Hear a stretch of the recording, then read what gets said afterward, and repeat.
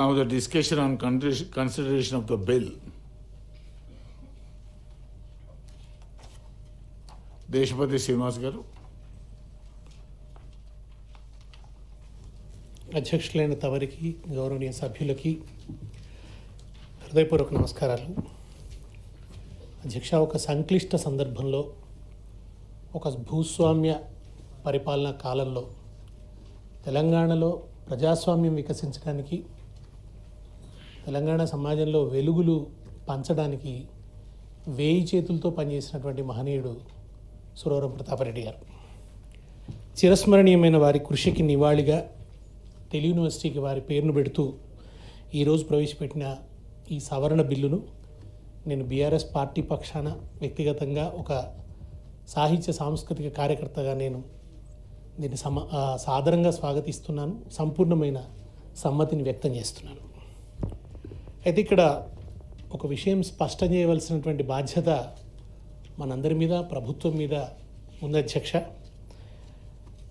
ఈ పేరు మార్పు ఏమిటంటే, ఇది తెలంగాణ ప్రత్యేకతను గుర్తిస్తూ, స్థానిక చరిత్రను సగర్వంగా స్మరిస్తూ, ఇక్కడ మట్టిలో పుట్టిన ఒక మహానుభావుడికి చేస్తున్న సత్కారమే తప్ప మరొకరి పట్ల అపచారం కాదు. పొట్టి శ్రీరాములు గారు గొప్ప త్యాగధనుడు, ఆయన గొప్ప గాంధేయవాది. ఆయన ఆంధ్ర రాష్ట్రం కోసం ఆమరణ నిరాహార దీక్ష చేశారు, ప్రాణత్యాగానికి సిద్ధపడ్డాడు. చాలా నికార్సైన, నిజాయితీ కలిగిన, నిబద్ధుడైనటువంటి గొప్ప గాంధేయవాది ఆయన. ఒక త్యాగజీవిగా చరిత్ర పుటల్లో ఆయన నిలిచిపోయారు. వారి పట్ల తెలుగువారందరికీ గౌరవం ఉంటుంది, తెలంగాణ ప్రజలకు కూడా గౌరవం ఉంటుంది.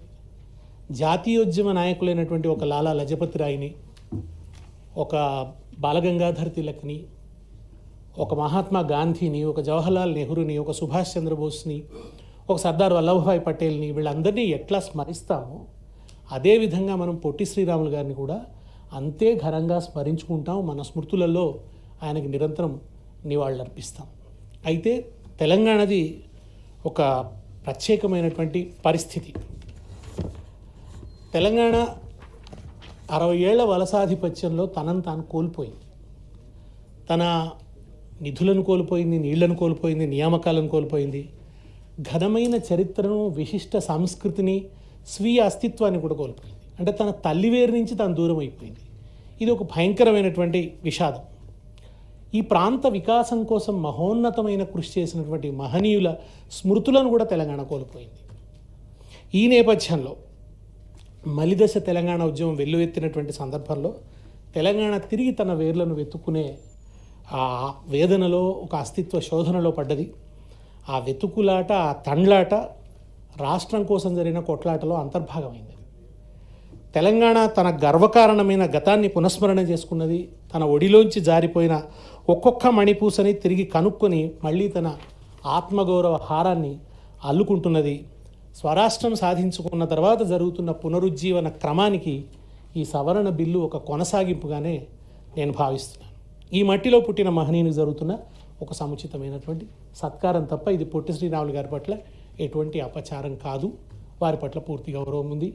బీఆర్ఎస్ పార్టీ కూడా ఇక్కడ వైశ్యుల అభ్యుదయం కోసం కానీ, వాళ్ళకి రాజకీయంగా సముచితమైనటువంటి అవకాశాలను కల్పించడం కోసం కానీ అనేకమైనటువంటి చర్యలు గతంలో తలపెట్టింది. రానున్న రోజుల్లో కూడా వారి అభివృద్ధికి, వారి ఆత్మగౌరవ పరిరక్షణకి సమాజం బాధ్యత పడుతుందనే ఒక హామీని మనందరం కూడా ఇద్దాం. ఈ మంచి నిర్ణయాన్ని తీసుకున్న ప్రభుత్వాన్ని, ముఖ్యమంత్రి గారిని కూడా నేను మనసారా అభినందిస్తున్నాను. తెలంగాణ జాతి మనుగడలో ఉన్నంతకాలం అనునిత్యం తలుచుకోవాల్సిన, కొలుచుకోవాల్సినటువంటి మహనీయుడు సురవరం ప్రతాపరెడ్డి గారు. ఆయన ఇక్కడ ప్రజాస్వామ్య వికాసానికి పాదులు నిర్మించాడు. ఆయన ఆంధ్ర ప్రాంతంలో ఒక గురజాడ అప్పారావు గారు చేసినటువంటి పనిని, ఒక ముట్నూరి కృష్ణారావు గారు చేసినటువంటి పనిని, ఒక త్రిపుణ్యం రామస్వామి చౌదరి గారు చేసినటువంటి పనిని, ఒక మల్లంపల్లి సోమశేఖర శర్మ గారు చేసినటువంటి పనిని, ఒక ముద్దు కృష్ణ గారు చేసినటువంటి పనిని, ఇంతమంది చేసిన పనిని తెలంగాణలో ఒక్కడుగా చేశాడు. సహస్ర బాహువులతో పనిచేశాడు ఆయన. చాలా తక్కువ కాలం ఆయన జీవించాడు. 1896 మే 28న పుట్టారు. ఆగస్టు 25 1953లో ఆయన అస్తమించారు. కేవలం 58 ఏళ్ళే ఆయన బతికినాడు. కానీ 58 ఏళ్ల కాలంలో ఒక విశ్వవిద్యాలయం చేసినంత పనిని ఆయన చేశాడు. జీవితంలో పెద్ద భాగం, అధిక భాగం ఆయన సామాజిక ఉద్ధరణకే తన జీవితాన్ని అంకితం చేశాడు. ఆయన తెలంగాణ ప్రజల్లో ఒక ఐక్యభావాన్ని కలిగించడం కోసం, ఒక స్వాభిమాన స్ఫూర్తిని రగిలించడం కోసం విస్తారమైన కృషి చేశారు. అందుకోసం ఆయన చరిత్ర పరిశోధకుడు అయ్యాడు. నిజానికి ఆయన వకాలత్ చదివినాడు, అడ్వకేట్గా ప్రాక్టీస్ చేయొచ్చు, ఆయనకు రాజకీయ అభినివేశం ఉంది, గొప్పగా ఆయన శాసనసభ్యుడు కూడా అయ్యారు. కానీ వీటన్నిటికి మించి ఆయన సాహిత్య కర్తవ్యాల్ని, చరిత్ర పరిశోధన కర్తవ్యాలను కూడా తలకెత్తుకున్నాడు. ఎందుకంటే అది తెలంగాణకు సంబంధించిన ఒక ప్రత్యేకమైనటువంటి పరిస్థితి. రాజకీయ కర్తవ్యాలు, సామాజిక కర్తవ్యాలు, సాంస్కృతిక కర్తవ్యాలు విడివిడిగా లేనటువంటి పరిస్థితి. వాటన్నిటినీ ఒకరే చేయాల్సినటువంటి ఒక ప్రత్యేకమైనటువంటి అగత్యం, అవసరం, అనివార్యత ఆ రోజు ఉండడం వల్ల ఆ చారిత్రక బాధ్యతని ఆయన తలకెత్తుకున్నాడు. సామాజిక ఉద్యమకారుడై సంఘటితపరిచాడు, కుల వివక్షకు వ్యతిరేకంగా పనిచేశాడు, తర్వాత బాల్య వివాహాలకు వ్యతిరేకంగా పనిచేశాడు. ఆయన గ్రంథాలయ ఉద్యమంలో పనిచేసినాడు. ఆంధ్ర మహాసభ, ఇంతకుముందు మంత్రి గారు ప్రస్తావించారు, ప్రథమాంధ్ర మహాసభ అధ్యక్షుడిగా ఉన్నాడు. భాగ్యరెడ్డి వర్మ గారు అనేటువంటి ఒక గొప్ప సంస్కర్త, ఒక దళిత జనోద్ధరణకు పాటుపడుతున్న వ్యక్తి, ఆది హిందూ సమాజాన్ని నెలకొల్పిన వ్యక్తి.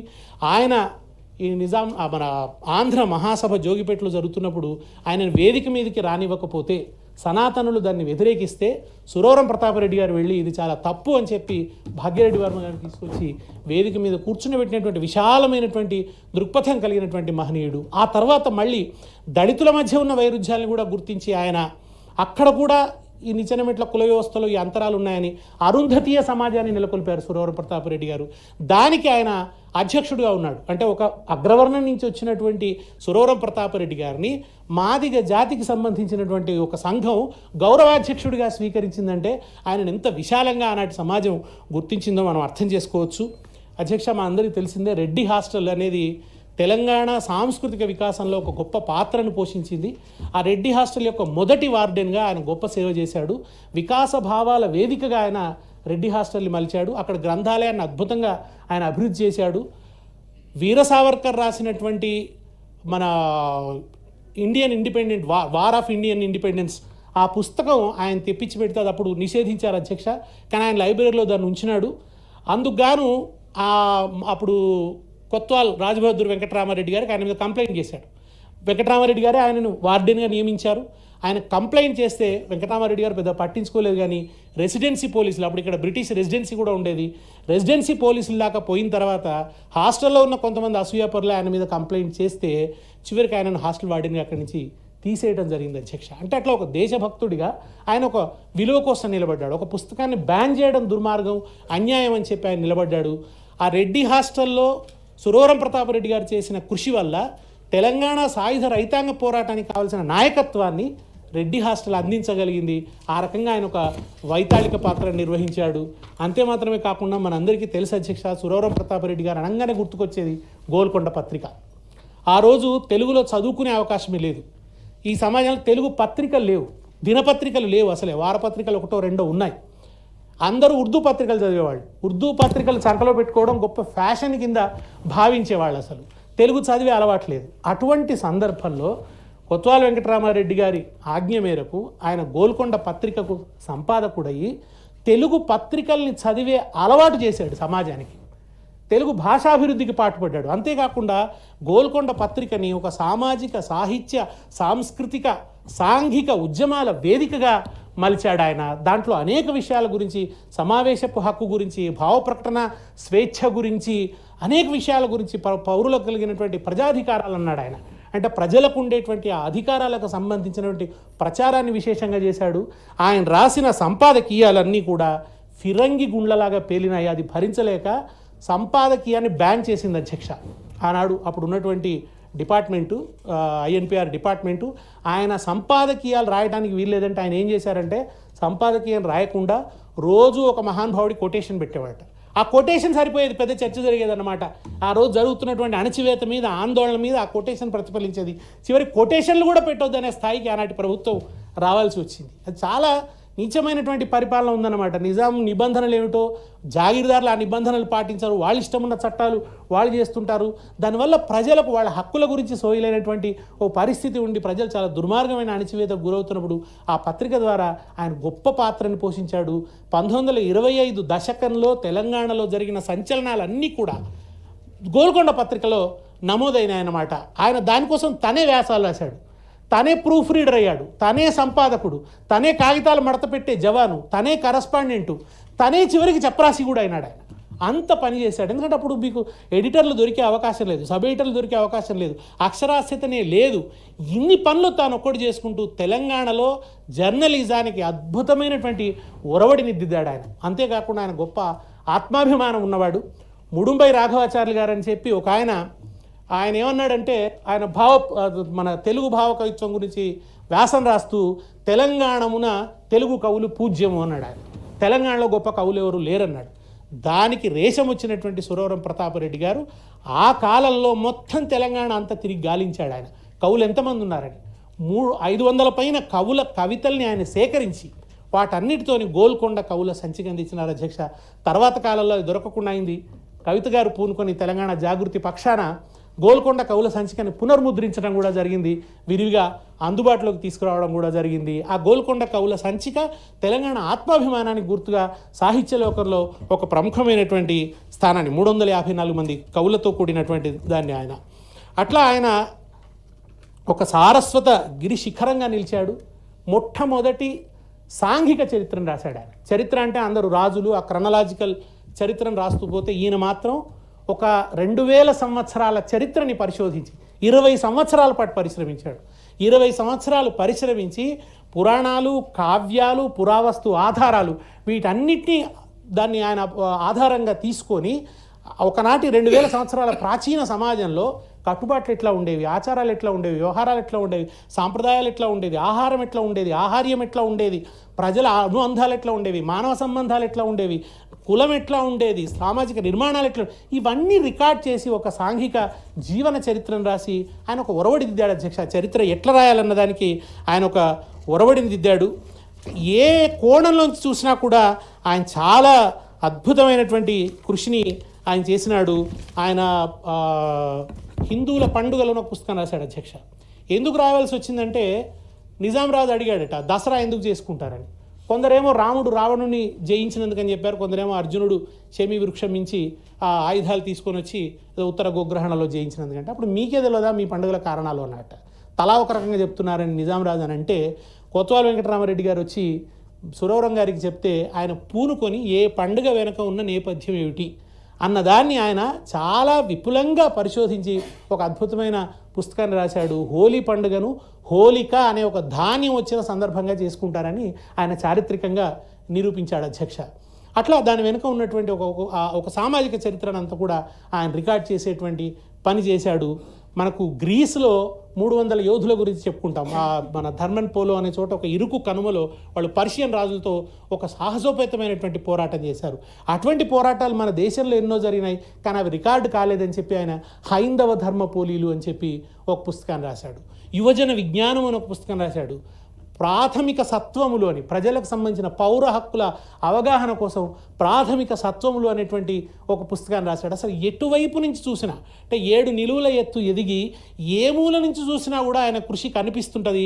తెలంగాణ సమాజానికి ఆయన అంత కృషి చేశాడు. అనేక సామాజిక ఉద్యమాలకు ఊపిరిదాడు. ఆ ఆంధ్ర సారస్వత పరిషత్తు, విజ్ఞాన చంద్రికా గ్రంథ మండలి, గ్రంథాలయోద్యమానికి కూడా ఆయన ఎంతో కృషి చేశాడు. ఒకసారి వరంగల్లో కవి సమ్మేళనం పెడితే ఆ కవి సమ్మేళనానికి సంబంధించిన పందిళ్లను రజాకారులు తగులబెడితే ఆ బూడిద కుప్పల మీద నిలబడి కవి సమ్మేళనాన్ని నడిపించారు సురవరం ప్రతాపరెడ్డి గారు. కింద కాళ్ళు కాలుతున్నాయి ఆ బూడిద కుప్పల మీద. దాశరథి గారు పద్యాలు చదివారు, సురవరం ప్రతాపరెడ్డి గారు దాన్ని నడిపించారు. ఆయన శాసనసభ్యుడిగా కూడా గొప్ప సేవ చేశాడు. కానీ ఆయన విద్యాశాఖ మంత్రి కావాల్సి ఉండే, ఆనాటి రాజకీయాల వల్ల ఆయన విద్యాశాఖ మంత్రి కాలేకపోయారు. ఆయన కనుక విద్యాశాఖ మంత్రి అయి ఉంటే డెఫినెట్గా కూడా తెలంగాణ విద్యా వికాసం ఇంకొక రకంగా ఉండేది. కనుక ఇన్ని కోణాల్లోంచి కృషి చేశాడు ఆయన.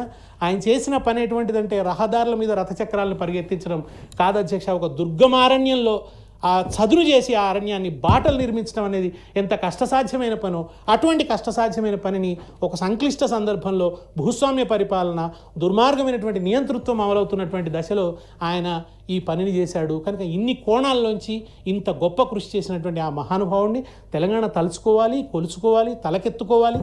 మన ప్రాతస్మరణీయుడైన, చిరస్మరణీయుడైన ఆయన పేరుని ఈ యూనివర్సిటీకి పెట్టడం చాలా సముచితం. ఎందుకంటే ఆయన తెలుగు భాషా వికాసం కోసం అంత కృషి చేసినప్పుడు ఆయన తప్ప ఇంకెవరి పేరు కూడా తెలుగు యూనివర్సిటీకి సరిపోదు అధ్యక్ష.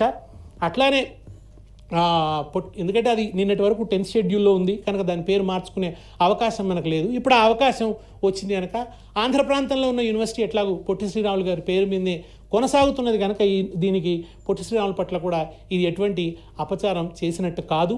అయితే కొంత ఒక ప్రశ్న తలెత్తుతున్నది, మరి మీరు ఫలానా సామాజిక వర్గంకి సంబంధించినవి అయితే మీరు చేస్తున్నారు, కానీ మరి ఇంకొక సామాజిక వర్గానికి సంబంధించినవి అయితే వాళ్ళు తెలంగాణ పట్ల చాలా అన్యాయంగా ప్రవర్తించిన వాళ్ళు ఉన్నారు, తెలంగాణ ప్రజల నెత్తురుకాళ్ళ చూసిన వాళ్ళు ఉన్నారు, 369 మంది బిడ్డలు చంపినటువంటి